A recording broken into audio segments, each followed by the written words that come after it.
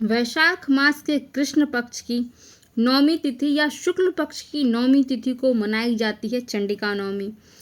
वह दिन जब माँ दुर्गा के रौद्र रूप माँ चंडिका की विशेष आराधना की जाती है।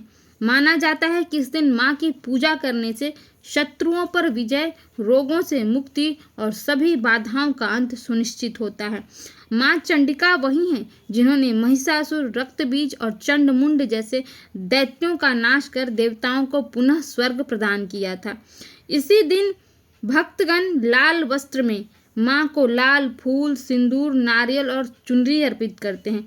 दुर्गा सप्तशती का पाठ करते हैं और माँ से अपनी रक्षा, धन और बल की कामना करते हैं, आरोग्य की कामना करते हैं, शत्रुओं से रक्षा की कामना करते हैं।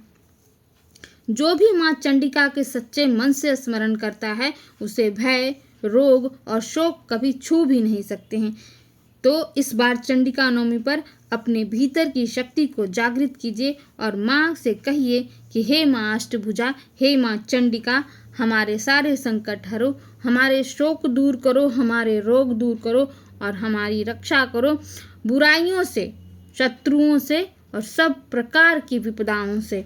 चंडिका नवमी माँ चंडिका की पूजा के लिए समर्पित दिन है। हिंदू धर्म में यह एक महत्वपूर्ण व्रत है। यह व्रत मुख्यतः वैशाख मास की नौमी तिथि को मनाया जाता है। इस दिन भक्त माँ चंडिका की पूजा अर्चना करते हैं, व्रत रखते हैं, जिससे वे रोग, कष्ट और कष्टों से मुक्ति पाते हैं, शत्रुओं से रक्षा पाते हैं। तो पूजा कैसे करें माँ चंडिका की? प्रातःकाल स्नान कर स्वच्छ वस्त्र धारण कर और पूजा स्थल को शुद्ध कीजिए। एक चौकी पर लाल कपड़ा बिछाकर उस पर माँ चंडिका की मूर्ति या चित्र स्थापित कीजिए।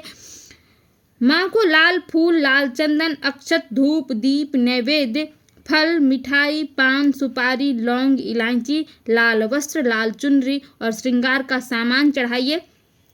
माँ चंडिका के मंत्रों का जाप कीजिए, जैसे ओम ऐं ह्रीं क्लीं चामुंडाय विच्चे।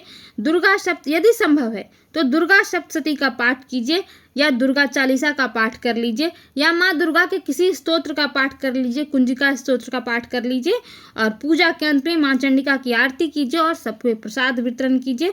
माँ चंडिका की पूजा से व्यक्ति को शत्रुओं और नकारात्मक शक्तियों पर विजय प्राप्त होती है, भय, संकट और बाधाओं से मुक्ति मिलती है, जीवन में समृद्धि और ऐश्वर्य की प्राप्ति होती है, स्वास्थ्य संबंधी परेशानियों में लाभ होता है और मानसिक शांति और स्थिरता मिलती है। तो वीडियो अच्छा लगे तो लाइक, शेयर और सब्सक्राइब अवश्य कीजिएगा। माँ चंडिका आपकी रक्षा करें।